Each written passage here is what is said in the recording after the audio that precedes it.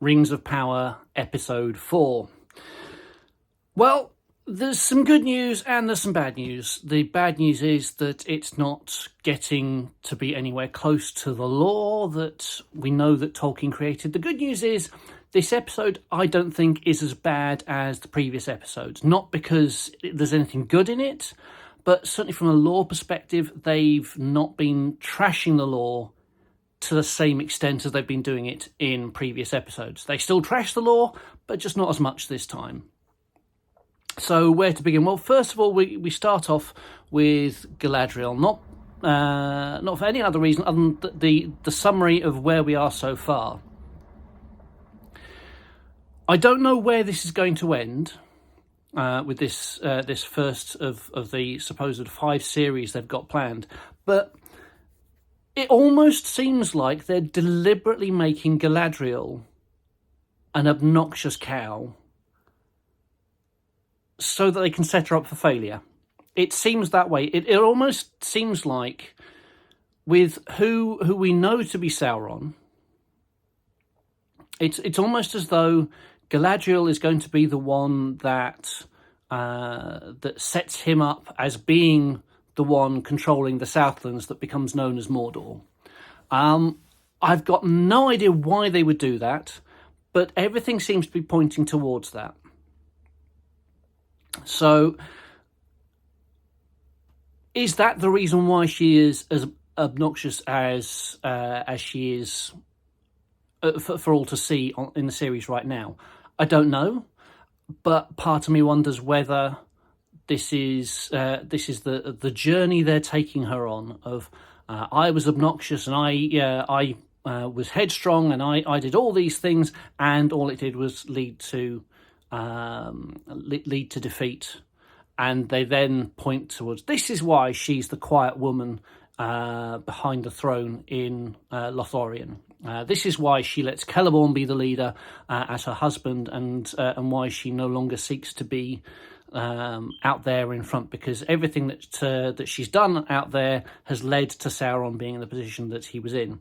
Maybe that's what they're going for. It still trashes on the lore if that's the case, but that's the only possible positive I can see from the writer's perspective as to how they're going forward with this, because otherwise it is just such poor writing, such poor use of the source material. It's utterly ridiculous. Now, on top of this, we are fully introduced to who Ar-Pharazôn, known as Chancellor Pharazôn at this point, who he is. We're shown him to be an aging Dunedain gentleman. He has a lot of grey in his beard and in his hair, and I can tell you straight away that this goes completely against the understandings that we have in the appendices. So if I go and I find the appendices, we scroll all the way through. So Ar-Pharazôn first becomes Ar-Pharazôn. Let's see. We have 3255. So 3255 is when he seizes the scepter from Tar Miriel, who is the daughter of Tar Palantir, the king that we see in this episode, ill in bed. Again, something that's not a part of the lore. We do not hear of Tar Palantir dying due to him effectively becoming decrepit. We see that he decides to take issue with Sauron 7 years after this, and Sauron is taken prisoner, and we go all the way through to 3310, where that's the point at which he starts to feel old. He starts to feel like his days are coming to an end. And that's part of what Sauron plays on, for him to then create the grand army, the great armament as it's called, to challenge the Valar in Valinor. So the whole thing there, we're seeing that he takes the scepter in 3255, and we're seeing that it's 55 years later. Now, we know that his father dies very early for one of the Dunedain, less than 200 years. So at his oldest, my guess would be we're seeing Ar-Pharazôn taking the scepter at the age of 150, which is not old for the Dunedain. I mean, if you have a look, for example, at Aragorn, who is, I believe I'm right in saying he's in his 80s or maybe 90s at the time of the War of the Ring. And yet, in terms of how he's described and indeed how we see him portrayed in the films, effectively we're looking at someone who is in the equivalent of 30s, maybe early 40s. So the whole understanding of how the Dunedain age is completely torn apart here. It's utterly ridiculous how they play it. And they should be utterly ashamed with that. But of course they're not, because it's Amazon, and the people they've put in charge have decided to create it for the reasons that they have. Clearly a lot of politics in there. So we have the mess that we've got. And then, of course, we have the additional thing we find out about Pharazôn, which is he has a son. Now, one of the things I can tell you straight away, he does not have a son. Not because the son is not mentioned, but because he takes his cousin, Tarmiriel, the Queen Regent in this setting, he takes her for his wife. He forces her to marry him as part of him claiming the throne. He claims the scepter of Númenor as his right by being the husband of Tarmiriel. We know the way that they do marriage because of how Tolkien did it. Even he wouldn't think to be making them marry multiples here, that they only marry once. Therefore, he does not have a son. There is no mention of anything to do with it. The whole way that the nature of Númenor is, this would not be the case. So he's given a son, and this made-up son has a romance, budding romance, clearly being portrayed with the made-up daughter of Elendil. So we're clearly creating interfamilial conflict where there doesn't need to be any. There's a conflict that's going to arise between Pharazôn and Elendil because of everything that goes on with Pharazôn taking over the throne of Númenor. And so there's going to be a pulling between Pharazôn's son and Elendil's daughter, and how all that goes.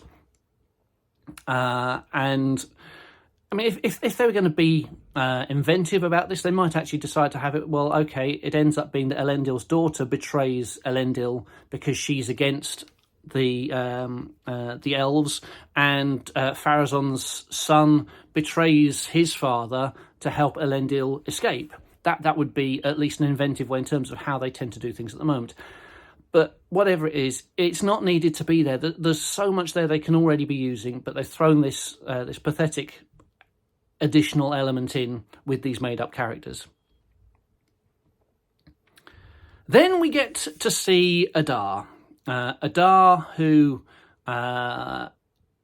it's said that they're referring to him as father. I don't know. My Tolkien language is not good enough to know what Adar actually means, and I've not looked it up. So they're saying, or the black elf Arondir, he's saying, why do they call you father? So it's possible that Adar means father, but the character Adar is an elf, and he declares that Arondir has been lied to. That there's a whole host of things that have been said that that mean that he has been lied to. Part of me wonders, does this mean that we're going to have a long lost major character within Middle Earth suddenly being reused in an incredibly appalling way? I don't know. It could just be that this is a random new elf that they've created. But either way, Adar is an elf who is leading orcs. If you know anything about the relationship between elves and orcs, you know that would never happen. Orcs are twisted versions of elves that have been twisted beyond all recognition, and they're twisted to hate the elves. Orcs would never follow an elf, and elves would never lead orcs.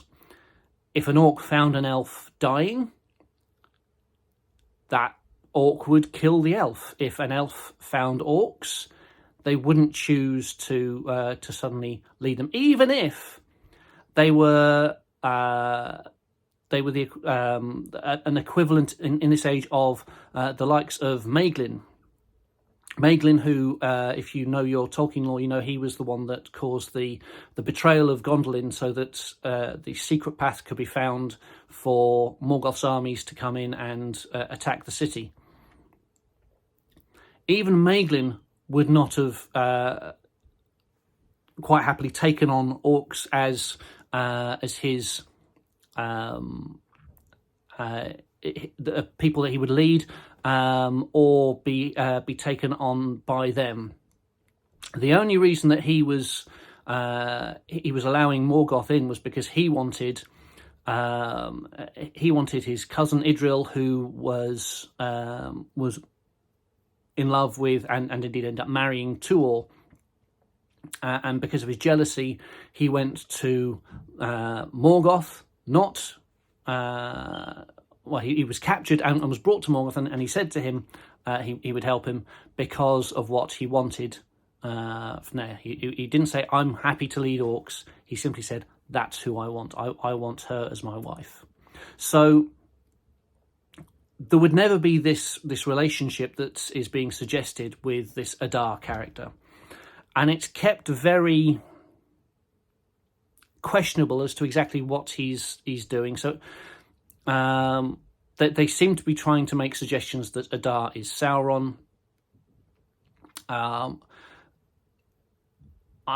am informed very differently that it's not, and I don't get what they're doing with this, other than trying to create people to question if they haven't heard who Sauron actually is,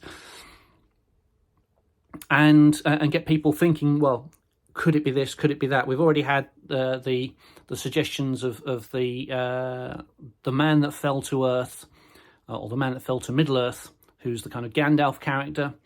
Good news, by the way, no hobbits in this. The Harfoots are not seen at all, so we have no hobbits to ruin the setting, no hobbits to declare how nice they are and to then abandon their brethren. That's not there at all. So another plus we can say for this episode. But yeah, the whole thing with Adar is ridiculous. And then, of course, on top of that, we discover that apparently the orcs have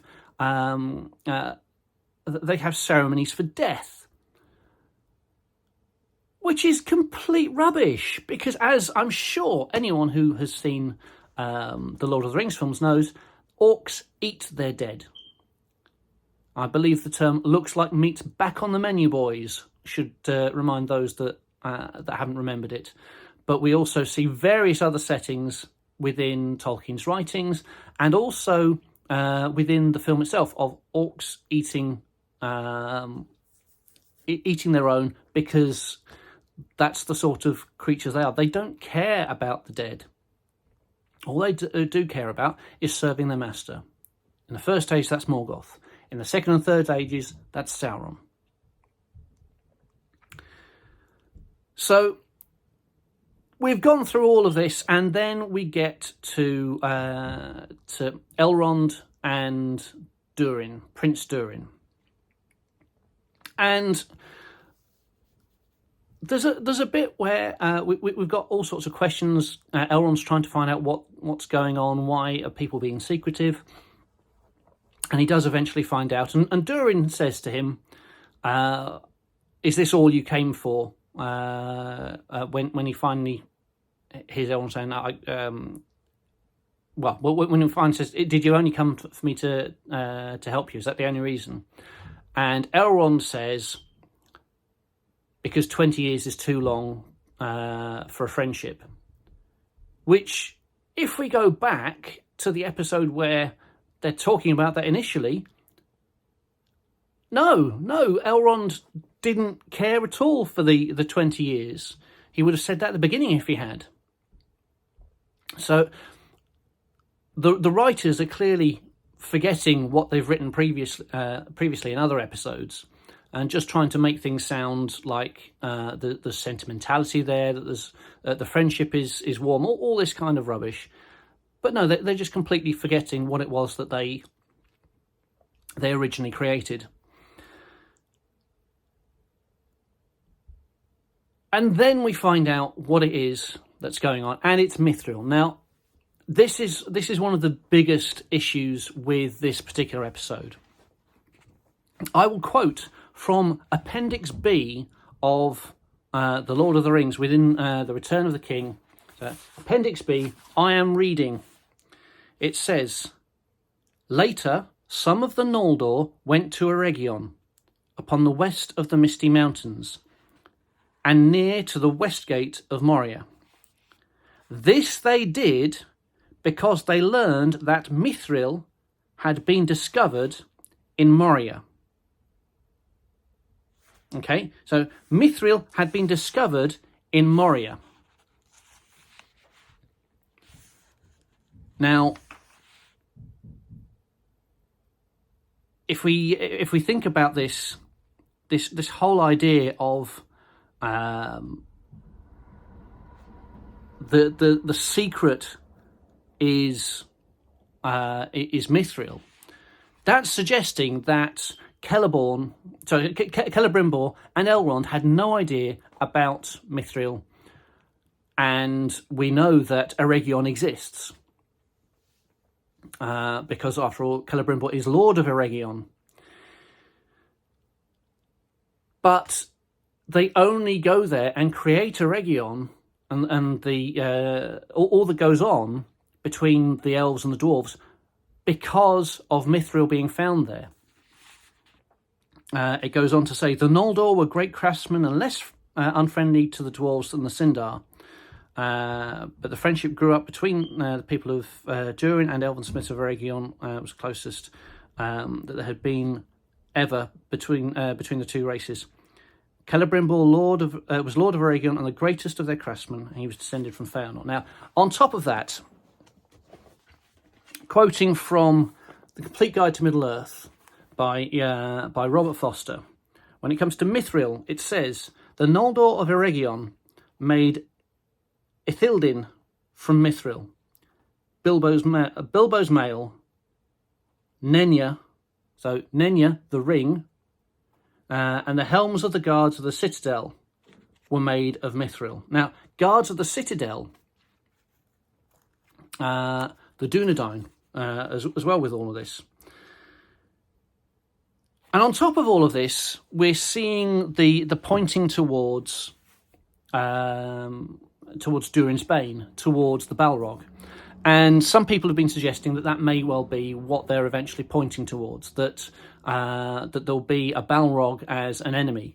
The only problem being that the Balrog doesn't actually turn up until the Third Age. In fact, if I go to the Complete Guide again and get Mithril. Okay. However, the Vane led north under Barazinbar, and by Third Age 1980, the dwarves had delved so deeply that they released the Balrog imprisoned there. So, nearly 2,000 years into the Third Age. So we don't know quite where they think they are within the Second Age, but they're at least 2,000 years ahead if they're going to be bringing a Balrog in. So, again, the timeline that's been created, certain things can be flexible within a timeline like this because there are a lot of things not included within. But there are some things which are very clear, very, very clear in it, and this is one of them. Mithril is the whole reason why the Balrog appears. The Balrog doesn't appear till the Third Age, and this is what leads to Khazad-dûm being abandoned, why they go to the Lonely Mountain, why you have the Thorin and his father and grandfather, Thror and Thrain, all at the Lonely Mountain when Smaug comes, and they leave, and then Thorin's grandfather, he goes back to Khazad-dûm, and he is, I think I'm right saying he is beheaded by Azog, who is then killed by Dain when he's still not even considered to be fully grown and of age and so on. So a whole host of things there all come about as a result of the Balrog, which is in the Third Age. I don't understand why they would be hinting towards this, given the gap in time that we have. But it's Amazon. It's the writers who have no track record for decent writing, and they are doing, well, they're doing what I suppose we should expect. They're writing very poorly.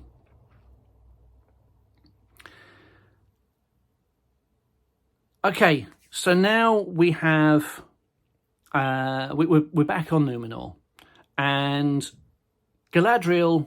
First of all, she insults the Queen and is imprisoned by her own words for sedition. It's then announced that she'll be taken to a boat to escape. Well, I say to escape. So it's the impact of Rings of Power, or Rings of Power, I should say, as you might see on the thumbnail. Thank you to I think it was Heel versus Babyface for that naming of it, which I think is very apt. She's told she's going to be returned to the elves by boat, and everything seems to be going at least the way that she had initially wanted it. Because she, when she had her first meeting with the Queen, she said, "Give me a boat and let me return to my people." Okay, you're now getting this after having committed acts which, in theory, might well have gotten her killed. No, okay, you've misbehaved a lot, so now we're going to give you what you want. We're going to give you what you want, and it's all good. Don't worry. We just want you to leave. And so, what does Galadriel do? She attacks her guards. This one elven woman, who I believe I'm right in saying elves are not as strong as men. That men have a bit more strength about them than elves, but elves have a much greater endurance. She takes on either 3 or 4 guards plus Chancellor Pharazôn. Well, she doesn't fight him, but he's there as well, and Pharazôn could have done something to her, but I forget his name now. The guy that she meets at the in the middle of the ocean, who I believe we will be discovering is Sauron by the end of this episode. He convinces Pharazôn not to do anything about it. And having beaten these guards and pushed them into the cell and kept them there and then run away, Galadriel then goes to the tower where Tar Palantir is, and she finds out that he's not in a good state, and she also finds Miriel is there, and she has a conversation and tries to convince Miriel to send an army to the Southlands, which she'd already done previously before eventually saying stuff that got her thrown in jail for sedition.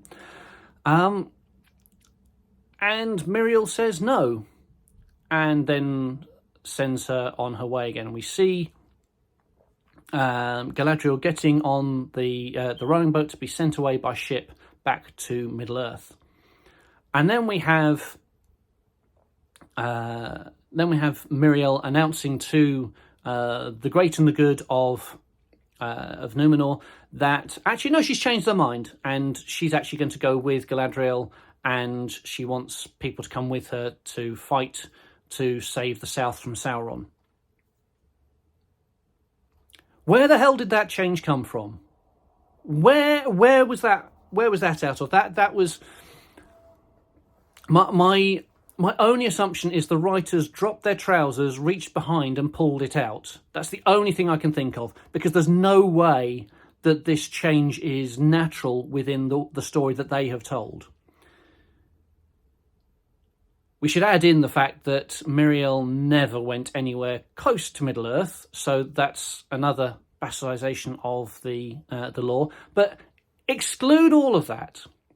Say, okay, I'm happy for you to completely butcher the events that happen in the timeline, and you're going to do that. It still makes absolutely no sense, because where on earth did that change come from? It's utterly preposterous. Part of me wonders, is this the army that Pharazôn is in the books raises to go and defeat Sauron? Given that it looks like Pharazôn is at least kind of on the surface backing the Queen's decision. Though we do have a bit earlier on in the episode where he's shown to be playing with the people's emotions and saying, I'm with you, I'm against the elves as well. But in terms of how he's responding to the Queen, he seems to be, the Queen Regent, he seems to be suggesting that he's supporting it. So does that mean we're going to have her go off?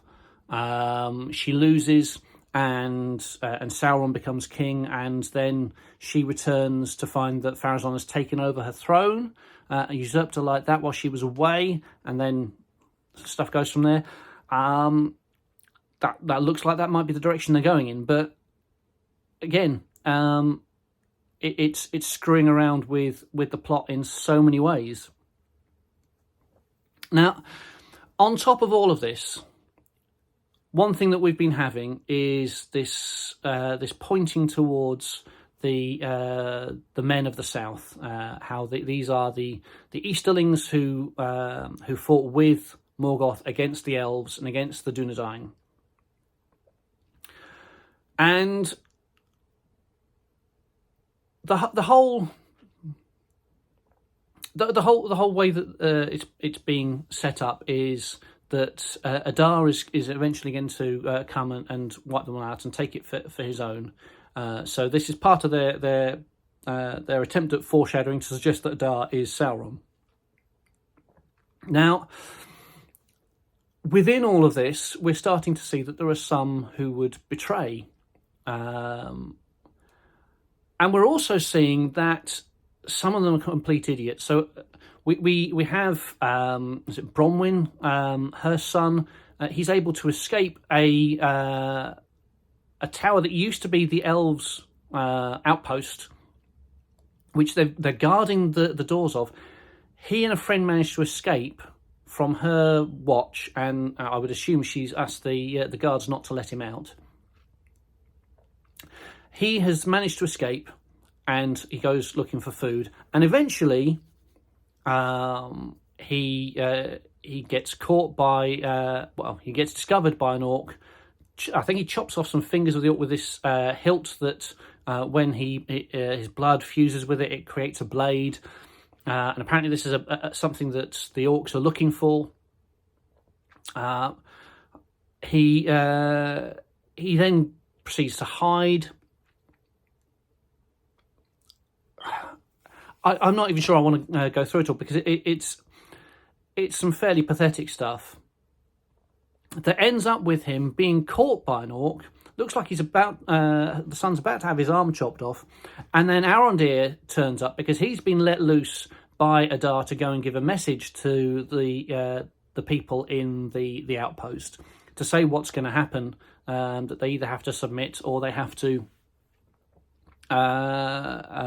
be prepared to be taken over by force.